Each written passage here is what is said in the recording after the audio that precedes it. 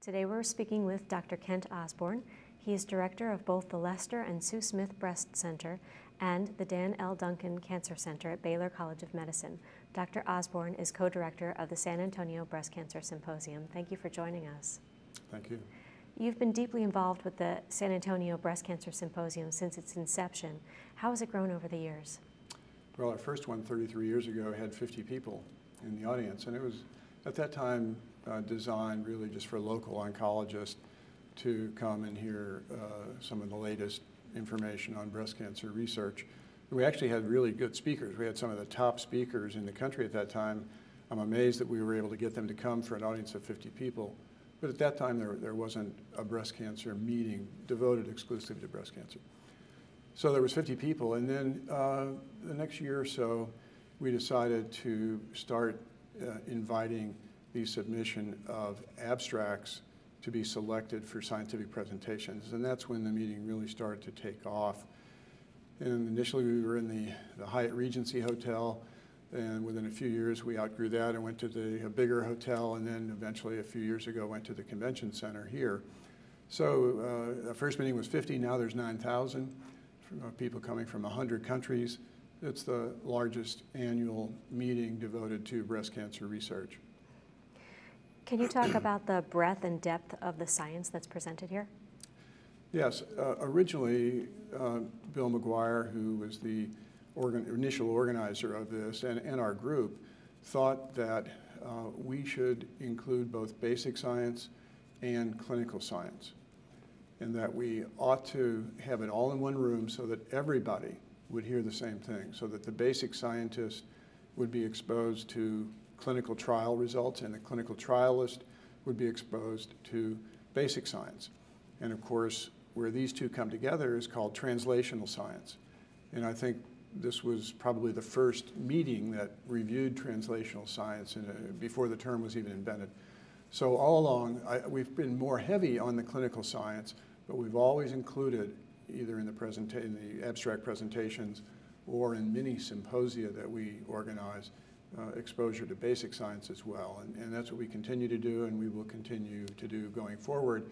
I think what's changed in cancer treatment and cancer diagnosis is that everyone has to have a big understanding of the biology, and so clinicians must know about the basic science and vice versa. The basic scientists have to know about clinical issues to know what to study. From your perspective, what are the can't-miss presentations this year? Well, there are several. It's really been a good year. They're too numerous to count, so to speak, but I'd like to think that there was a whole group of presentations on the idea of obesity and its adverse effect, not only in increasing the risk of getting breast cancer in people, but now a lot of data show that it increases your risk of recurrence if you have breast cancer, and that's newer information. And what it's telling us is that lifestyle can really impact disease, and in this case, breast cancer. And if you're overweight, or if you don't exercise, or if you drink alcohol, as little as 3 drinks a week or more, increases your risk of recurrence. If you could just reverse some of those lifestyle changes and do healthy things, you could really impact not only your risk of getting breast cancer, but your risk of dying from it, which is so important. So I think that's one of the area of obesity. Another one would be the area of combining inhibitors that target the HER2 gene, which causes a type of breast cancer that we've always thought of as being more aggressive and harder to treat. Although a few years ago, when the drug trastuzumab came along, we found that results of combining trastuzumab with standard chemotherapy was very, very effective. But there's still about half of the patients don't receive as much benefit, and they eventually recur and die. And so a number of groups, including our own group in Houston, did some studies in the laboratory to show that combining one or more drugs along with trastuzumab was going to be more effective. It would completely block the HER pathway. And so we showed that in the laboratory, and now we're seeing the results of the first clinical trials, in this case reported here combining lapatinib and Herceptin together, and the results were dramatic. Twice the complete response rate in the breast for the combination compared to the single agent. So that's exciting as well. And then another one, which was eagerly anticipated, was a trial known as the Azure trial. And this was a trial that continues to explore a type of drug called a bisphosphonate that, as you know, inhibits osteoclast destruction of bone. And some studies began to show that not only do they help keep bone strong and prevent fractures and prevent osteoporosis in normal women, but they also have an impact on the cancer itself.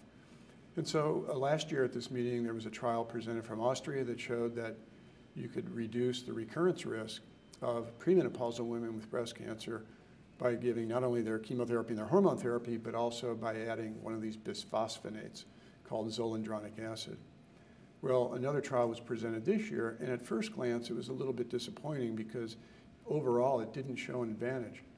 But when you look closely at the study, this study was in postmenopausal, not premenopausal. And when you looked at the premenopausal women who had been, when you looked at the postmenopausal women who had been postmenopausal for more than 5 years, so they were really short of estrogen now for a long period of time. When you looked at that subgroup, the bisphosphonates were effective in reducing the risk of recurrence. And if you can think about it, the group that's been deprived of estrogen completely for a long time might be similar to premenopausal patients who are given a drug to prevent the ovaries from making estrogen and therefore becoming postmenopausal. If you look at those two groups, the treatment seems to be effective. So now we await the results of 3 or 4 other ongoing research studies looking at this question. But if I had to guess, I think that the bisphosphonates are going to make their way into our treatment of certain kinds of breast cancer. Your ear is always to the ground when it comes to breast cancer. What do you feel are the areas with the most potential? Well, I think the area that we call personalized medicine, and what that means is understanding the genetic profile of the individual patient, what genes make them up and how are they different, and the genetic profile of the cancer itself. Because we've now come to understand all cancers, of course, are diseases of the genes. When the genes are mutated or they become broken, cancer develops. And it's the particular set of genes that become broken that cause a cancer, and therefore each cancer is slightly different, almost the molecular fingerprint of a tumor. And then by analyzing the genes that are broken in a particular patient, we're much better able to understand how that tumor is going to behave, is it going to be aggressive or not, and what the treatment should be. Treatments, therefore, that would be designed to fix the genetic abnormality in that patient. And I think that's where all of cancer research is headed. I think we've got a good head start in breast cancer. We're sort of ahead of the field in that area. And I think that's what we're going to be seeing in the future, is much more of this information about the genetic profile of the patient and the cancer. What is your sense overall of progress being made in this field? Well, it seems slow, and it is. If I were a patient, I would say, geez, it's really slow. But you have to understand that what we're doing, there's not going to be one research result that's going to wind up in a cure of a patient with any cancer. What we're doing, if you envision the cure of cancer being a pyramid, and we're laying one stone at a time, and once you get up to the top, then that last stone results in the cure. Well, maybe we're halfway up the pyramid. We've got a lot of the base structure, and we're starting to build up that way. And each of these little research studies that are presented may only fill in one stone, but and that's a small step, but eventually we'll get there. And it just takes a while to do that. And one of the reasons is that breast cancer patients tend to live a long time now.